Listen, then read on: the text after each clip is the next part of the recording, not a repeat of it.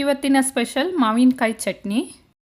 ನೋಡ್ತಿದ್ರೇ ಬಾಯಲ್ಲಿ ನೀರೂರ್ತಾ ಇದೆ. ಈ ಥರ ಚಟ್ನಿ ಮಾಡೋದು ಹೇಗೆ ಅಂತ ನೋಡೋಣ ಬನ್ನಿ.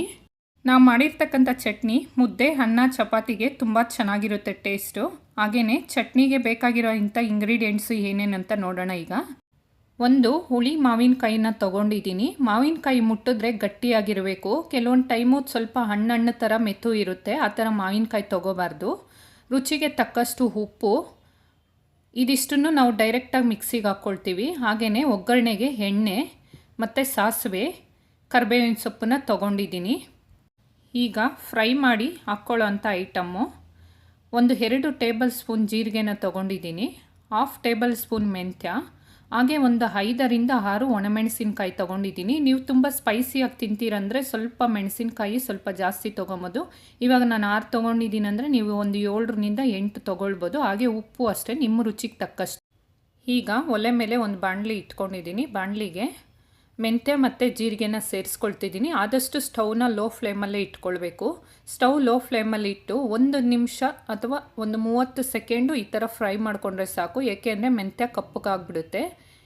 ಮತ್ತು ಅದೇ ಬಾಣಲೆಗೆ ಒಂದು ಸ್ವಲ್ಪ ಎಣ್ಣೆನ ಸೇರಿಸ್ಕೊಂಡು ನಾವು ತೊಗೊಂಡಿರ್ತಕ್ಕಂಥ ಬೆಡಗೆ ಮೆಣಸಿನ್ಕಾಯಿನ ಸೇರಿಸ್ಕೊಳ್ಬೇಕು. ಬೆಡಗೆ ಮೆಣಸಿನ್ಕಾಯಿ ಫ್ರೈ ಮಾಡಬೇಕಾದ್ರೂ ಸಹ ಸ್ಟವ್ನ ಲೋ ಫ್ಲೇಮಲ್ಲೇ ಇಟ್ಕೊಳ್ಬೇಕು. ಹೀಗೆ ಲೈಟಾಗಿ ಫ್ರೈ ಮಾಡಿಕೊಂಡ್ರೆ ಸಾಕು. ಈಗ ಸ್ಟವ್ನ ಆಫ್ ಮಾಡ್ಕೊಳ್ಳೋಣ. ಮೆಣಸಿನ್ಕಾಯಿ ಬಿಸಿ ಆರಿದ ನಂತರ ಮಿಕ್ಸಿ ಜಾರಿಗೆ ಸೇರಿಸ್ಕೊಳ್ತಿದ್ದೀನಿ. ರುಚಿಗೆ ತಕ್ಕಷ್ಟು ಉಪ್ಪು, ಜೀರಿಗೆ, ಮೆಂತ್ಯ ಸೇರಿಸ್ಕೊಳ್ತಿದ್ದೀನಿ. ನಂತರ ಕಟ್ ಮಾಡಿ ಇಟ್ಕೊಂಡಿರ್ತಕ್ಕಂಥ ಮಾವಿನಕಾಯಿನ ಸೇರಿಸ್ಕೊಳ್ತಿದ್ದೀನಿ. ಈಗ ಸೇರಿಸ್ಕೊಂಡ ನಂತರ ಈಗ ಮಿಕ್ಸಿ ಜಾರಲ್ಲಿ ಗ್ರೈಂಡ್ ಮಾಡ್ಕೊಳ್ಳೋಣ. ಈಗ ಚಟ್ನಿ ರೆಡಿ ಆಗಿದೆ ನೋಡಿ. ಈ ಥರ ತರಿಯಾಗಿ ರುಬ್ಕೊಳ್ಬೇಕು. ಸ್ಮೂತಾಗಿ ಪೇಸ್ಟ್ ಥರ ರುಬ್ಕೊಳ್ಬಾರ್ದು.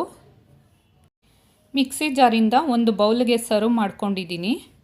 ಸ್ಟವ್ ಆನ್ ಮಾಡಿ ಲೋ ಫ್ಲೇಮಲ್ಲಿಟ್ಟು ಒಂದು ಬಾಣಲೆಗೆ ಎಣ್ಣೆನ ಸೇರಿಸ್ಕೊಳ್ತಾ ಇದ್ದೀನಿ.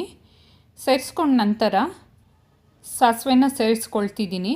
ಸಾಸಿವೆ ಚಿಟಪಟ ಅಂತ ಸೌಂಡ್ ಬರೋ ತನಕನೂ ನಾವು ಫ್ರೈ ಮಾಡ್ಕೊಳ್ಬೇಕು. ಈಗ ಸ್ಟವ್ನ ಆಫ್ ಮಾಡ್ಕೊಳ್ಬೇಕು. ಸ್ಟವ್ ಆಫ್ ಮಾಡಿದ ನಂತರ ಸ್ವಲ್ಪ ಎಣ್ಣೆ ಬಿಸಿ ಇರೋವಾಗ ನಾವು ಕರಿಬೇವಿನ ಸೊಪ್ಪನ್ನು ಸೇರಿಸ್ಕೊಬೇಕು. ತುಂಬ ಬಿಸಿ ಇರೋವಾಗ ಸೇರಿಸ್ಕೊಂಡ್ರೆ ಕರಿಬೇವಿನ ಸೊಪ್ಪು ಕಪ್ಪಗಾಗುತ್ತೆ. ಚಟ್ನಿಗೆ ಮಾಡಿರ್ತಕ್ಕಂಥ ಒಗ್ಗರಣೆನ ಈಗ ಸೇರಿಸ್ಕೊಂಡ ನಂತರ ಹೀಗೆ ಚೆನ್ನಾಗಿ ಮಿಕ್ಸ್ ಮಾಡ್ಕೊಳ್ಬೇಕು. ಆಯಿಲು ಮತ್ತು ಚಟ್ನಿ ಎಲ್ಲ ನೀಟಾಗಿ ಸ್ಪ್ರೆಡ್ ಮಾಡಿಕೊಂಡು ಮಿಕ್ಸ್ ಮಾಡ್ಕೊಳ್ಬೇಕು. ಈ ಚಟ್ನಿಗೆ ನಾವು ನೀರು ಬಳಸದೇ ಇರೋದ್ರಿಂದ ಒಂದು 3ರಿಂದ 4 ದಿವಸ ಹೊರಗಡೆನೇ ಇಟ್ಕೊಂಡು ತಿನ್ಬೋದು. ಫ್ರಿಜ್ಜಲ್ಲಿ ಇಟ್ಕೊಂಡ್ರೆ 1 ವಾರ 10 ದಿವಸ ತನಕ ಇರುತ್ತೆ. ಈಗ ನಾನು ರೈಸ್ ಜೊತೆ ಚಟ್ನಿನ ಸರ್ವ್ ಮಾಡ್ಕೊಳ್ತಿದ್ದೀನಿ. ಅನ್ನದ ಜೊತೆ ಚಟ್ನಿನ ಮಿಕ್ಸ್ ಮಾಡ್ತಿದ್ರೆ ಬಾಯಲ್ಲಿ ನೀರು ಊರ್ತಾ ಇದೆ. ಅಷ್ಟು ಚೆನ್ನಾಗಿರುತ್ತೆ ಮಾವಿನಕಾಯಿ ಚಟ್ನಿ.